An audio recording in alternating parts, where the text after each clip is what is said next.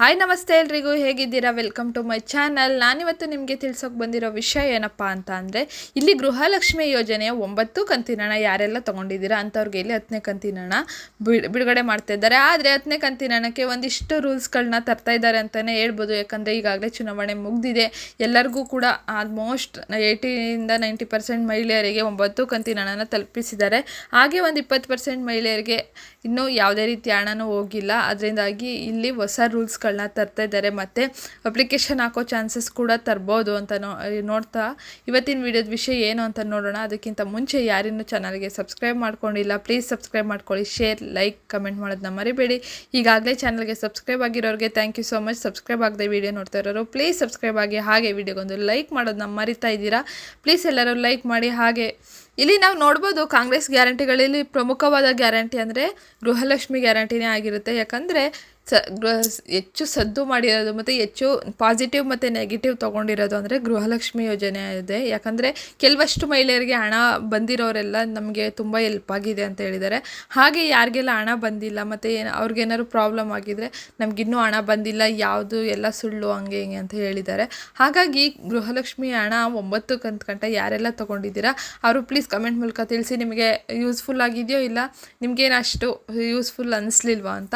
ಹಾಗಾದರೆ ಈಗ 10ನೇ ಕಂತಿನ ಹಣಕ್ಕೆ ಯಾವೆಲ್ಲ ಹೊಸ ರೂಲ್ಸ್ನ ತಂದಿದ್ದಾರೆ, ಹಾಗೆ 10ನೇ ಕಂತಿನ ಹಣಕ್ಕೆ ನೀವು ಏನು ಮಾಡಬೇಕು ಅನ್ನೋದನ್ನ ನೋಡೋಣ. ಹಾಗೆ ಇಲ್ಲಿ ಪೆಂಡಿಂಗ್ ಹಣದವ್ರಿಗೆ ಇಲ್ಲಿ ಸರ್ಕಾರ ಕೊಟ್ಟಿರೋ ಮಾಹಿತಿ ಏನಪ್ಪ ಅಂದರೆ, ನಾವು ಅದ್ರ ಬಗ್ಗೆ ಚರ್ಚೆ ಮಾಡ್ತಾ ಇದ್ದೀವಿ. ಅಂದರೆ ಅದ್ರ ಬಗ್ಗೆ ನಾವು ಡೀಟೇಲ್ಸ್ ತಿಳ್ಕೊತಾ ಇದ್ದೀವಿ, ಯಾಕೆ ಹಣ ಹೋಗ್ತಾ ಇಲ್ಲ ಮಹಿಳೆಯರಿಗೆ ಅನ್ನೋದನ್ನ ಇಲ್ಲಿ ತಿಳ್ಕೊತಾ ಇದ್ದೀವಿ. ಹಾಗೆ ಇನ್ನೊಂದು ವಿಷಯ ಹೇಳಿದ್ದಾರೆ, ಇಲ್ಲಿ ಕೆಲವಷ್ಟು ಮಹಿಳೆಯರದು NPCI ಮ್ಯಾಪಿಂಗ್ ಆಗಿಲ್ಲ, ಅದರಿಂದ ಕೂಡ ಇಲ್ಲಿ ನಮಗೆ ಹಣ ಹಾಕ್ಲಿಕ್ಕೆ ಆಗ್ತಿಲ್ಲ, ಇಲ್ಲ KYC ಆಗಿಲ್ಲ, ಅದರಿಂದ ನಮಗೆ ಹಣ ಆಗ್ತಿಲ್ಲ ಅಂತ ಇಲ್ಲಿ ತಿಳಿಸ್ಕೊಟ್ಟಿದ್ದಾರೆ. ಇಲ್ಲಿ ಸರ್ಕಾರದ ಯಾವುದೇ ರೀತಿಯ ಪ್ರಾಬ್ಲಮ್ ಇಲ್ಲ. ಅವರ ಅಕೌಂಟಲ್ಲಿ ಮತ್ತು ಹೆಸರುಗಳಲ್ಲಿ, ಫೋನ್ ನಂಬರ್ಗಳಲ್ಲಿ ತುಂಬ ಮಿಸ್ಟೇಕ್ ಇದೆ, ಅದರಿಂದಾಗಿ ಅವರಿಗೆ ಹಣ ಹಾಕ್ಲಿಕ್ಕೆ ಆಗ್ತಿಲ್ಲ ಅಂತ ಇಲ್ಲಿ ತಿಳಿಸ್ಕೊಟ್ಟಿದ್ದಾರೆ.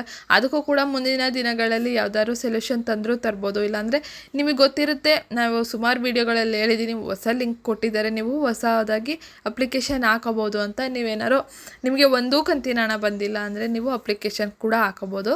ಹಾಗಾದರೆ 10ನೇ ಕಂತಿನ ಹಣ ಯಾವಾಗ ಬಿಡುಗಡೆ ಆಗುತ್ತೆ ಅಂತ ನೀವು ಕೇಳೋದಾದರೆ, 10ನೇ ಕಂತಿನ ಹಣ ನೆಕ್ಸ್ಟ್ ತಿಂಗಳು, ಅಂದರೆ ಇನ್ನೇನು ಒಂದು 3-4 ದಿನದಲ್ಲಿ ಬಿಡುಗಡೆ ಮಾಡ್ತಾರೆ. ಹಾಗಾದರೆ ಯಾವಾಗ ಹಣ ಎಲ್ಲರ ಖಾತೆಗೆ ಹಣ ಬರುತ್ತೆ ಅಂತ ಹೇಳಿದರೆ, ಬಿಡುಗಡೆ ಮಾಡಿ ಒಂದು 4-5 ದಿನದಲ್ಲಿ ಎಲ್ಲರಿಗೂ ಹಣನ ಕ್ಲಿಯರ್ ಮಾಡಿಕೊಡ್ತೀವಿ ಅಂತ ಹೇಳಿದ್ದಾರೆ. ಯಾಕಂದರೆ ಇಲ್ಲಿ ಚುನಾವಣಾ ಆಯೋಗಕ್ಕೆ ಇಲ್ಲಿ ಕಂಪ್ಲೇಂಟ್ ಮಾಡಿದರು. ಏನಂತ, ಇವರು ಚುನಾವಣೆ ಇಲ್ಲಿ ಎಲ್ಲರ ಮನವೊಲಿಸಲು ಇಲ್ಲಿ ಗೃಹಲಕ್ಷ್ಮಿ 2,000 ಕೊಡ್ತಾ ಇದ್ದಾರೆ, ಅದನ್ನು ನಿಲ್ಲಿಸಬೇಕು ಅಂತ. ಅದರಿಂದಾಗಿ ಸರ್ಕಾರ ಈಗ ಗೌರ್ಮೆಂಟ್ ಏನು ರೂಲ್ಸ್ ನಿರ್ಧಾರ ತೊಗೊಂಡಿದೆ ಅಂದರೆ, 10ನೇ ಕಂತಿನ ಹಣನೂ ಕೂಡ ಬೇಗನೆ ಹಾಕಿ ಕ್ಲಿಯರ್ ಮಾಡಿಬಿಡಬೇಕು, ಯಾವುದೇ ರೀತಿಯ ಸ್ಟಾಪ್ ಮಾಡಲ್ಲ ಅನ್ನೋ ಭರವಸೆ ಅವ್ರಿಗೆ ಕೊಡಬೇಕು ಮಹಿಳೆಯರಿಗೆ ಅನ್ನೋ ಕಾರಣದಿಂದ ಇಲ್ಲಿ 10ನೇ ಕಂತಿನ ಹಣನೂ ಕೂಡ ಮುಂದಿನ ತಿಂಗಳು, ಅಂದರೆ ಇನ್ನೇನು ಒಂದು 3-4 ದಿನದಲ್ಲಿ ಬಿಡುಗಡೆ ಮಾಡಿ, ಅದರಿಂದ ಒಂದು ವಾರದ ಒಳಗಡೆ ಎಲ್ಲರ ಖಾತೆಗೂ ಜಮೆ ಮಾಡಬೇಕು ಅಂತ ಸರ್ಕಾರ ನಿರ್ಧಾರ ಮಾಡಿದೆ ಅಂತ ಹೇಳ್ತಾ ಇವತ್ತಿನ ವಿಡಿಯೋದ ವಿಷಯ ಇಷ್ಟ ಆಗಿತ್ತು. ಸಿಗ್ತೀನಿ ನೆಕ್ಸ್ಟ್ ವಿಡಿಯೋದಲ್ಲಿ.